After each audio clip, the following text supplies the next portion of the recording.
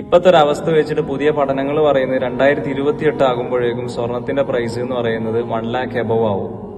നിങ്ങൾ മനസ്സിലാക്കേണ്ട ഒരു കാര്യം, അപ്പോഴും നിങ്ങളുടെ സാലറി ഇപ്പൊ കിട്ടുന്ന സാലറി തന്നെ ആയിരിക്കും. ഇതിനാരും പറഞ്ഞു തന്നില്ല എന്ന് വേണ്ട. നമ്മുടെ കേരളത്തിലുള്ള ഓരോ ചെക്കന്മാർക്ക് വേണ്ടിയിട്ടാണ് ഞാൻ ഈ വീഡിയോ കംപ്ലീറ്റ് ഡെഡിക്കേറ്റ് ചെയ്യുന്നത്. സോ മാക്സിമം നിങ്ങൾ ഷെയർ ചെയ്യുക. നമ്മുടെ സമൂഹത്തിൽ എക്സ്പയർ ആയിട്ടുള്ള കുറെ പഴയ കൾച്ചറുകൾ ഒന്നുകൂടെ ഡെക്കറേറ്റ് ചെയ്തിട്ട് നമ്മുടെ സമൂഹത്തിൽ ഇങ്ങനെ കളിച്ചുകൊണ്ടിരിക്കുന്നുണ്ട് ഒരാവശ്യവും ഇല്ലാണ്ട്. അത് ഓരോന്നും നമ്മളെടുത്ത് ബ്രേക്ക് ചെയ്യുക എന്നുള്ളതാണ്. ഇല്ലാന്നുണ്ടെങ്കിൽ നമുക്ക് സമാധാനത്തോടെ ജീവിക്കാൻ പറ്റില്ല.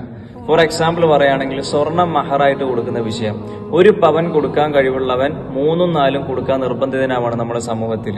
3 കൊടുക്കാൻ കഴിവുള്ളവൻ 6ഉം 7ഉം കൊടുക്കാൻ നിർബന്ധിതനാവാണ്. ചുരുക്കി പറഞ്ഞു കഴിഞ്ഞാൽ നമ്മുടെ സമൂഹത്തിന്റെ അമിതമായിട്ടുള്ള അഭിമാനത്തിന്റെ മൂർച്ച കൊണ്ട് ഓരോ ചെറുപ്പക്കാരന്റെയും ജീവിതത്തിലുള്ള സമാധാനം മുറിഞ്ഞു പോയിക്കൊണ്ടേയിരിക്കുക. ഖുർആനിലെ മഹറിനെ കുറിച്ച് പരാമർശിച്ച എന്താന്ന് വെച്ച് കഴിഞ്ഞാൽ വആത്തുൻ നിസാ സ്വദഖാത്തിഹിന്ന നിഹ്ല എന്നാണ് സൂറത്തുൻ നിസായിൽ 4-ാമത്തെ ആയത്ത്.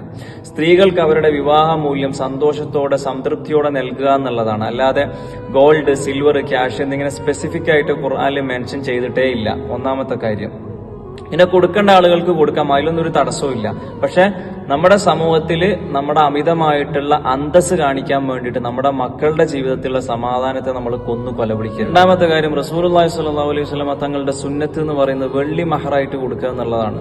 അതിനെന്തിനാ നമ്മൾ ഇത്ര മടി കാണിക്കുന്നത് എനിക്ക് മനസ്സിലാവുന്നില്ല. വെള്ളി എന്താ അത്രയും മൂല്യം കുറഞ്ഞ സാധനങ്ങാനാണോ? ബാക്കി എല്ലാ വിഷയത്തിലും നമ്മൾ ഇസ്ലാമിന്റെ പെർസ്പെക്റ്റീവ് എന്താണ്, റസൂലുള്ള എന്ത് ചെയ്തു, റസൂലുള്ള എന്ത് പറഞ്ഞു നമ്മൾ അന്വേഷിച്ചു പോകുന്നുണ്ടല്ലോ. പിന്നെ ഇതിലെന്താ തടസ്സം? അപ്പൊ വെള്ളി മഹറായിട്ട് കൊടുക്കുക എന്നുള്ളത് ഒരു ട്രെൻഡായി മാറട്ടെ. നമ്മുടെ ചെക്കന്മാരൊക്കെ അത് ഏറ്റെടുത്തിട്ട് ഒരു ട്രെൻഡാക്കി മാറ്റുക എന്നുള്ളതാണ്.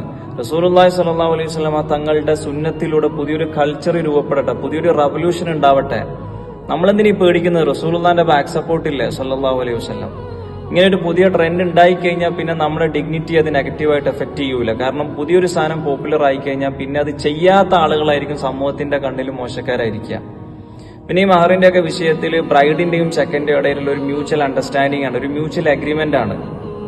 അല്ലാതെ നമ്മൾ ഈ നാട്ടുകാരും കാരണവന്മാരും വീട്ടുകാരും അതിൽ അനാവശ്യമായിട്ട് ഇടപെടരുത്.